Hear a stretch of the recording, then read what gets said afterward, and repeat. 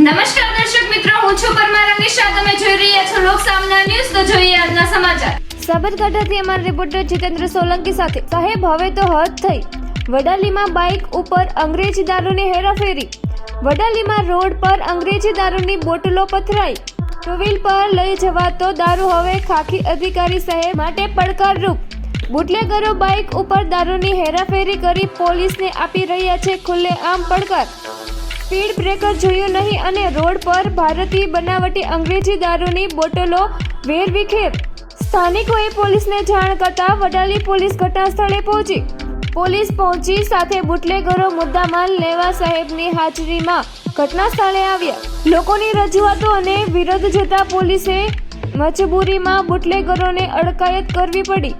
ખાખીના અધિકારીઓ અને કર્મીઓને દારૂ બંધ કરાવવા સ્થાનિકોની માંગ ઉઠી. તો ફરી મળીશું એક નવા સમાચાર સાથે. ત્યાં સુધી જોતા રહો લોક સામના ન્યૂઝ.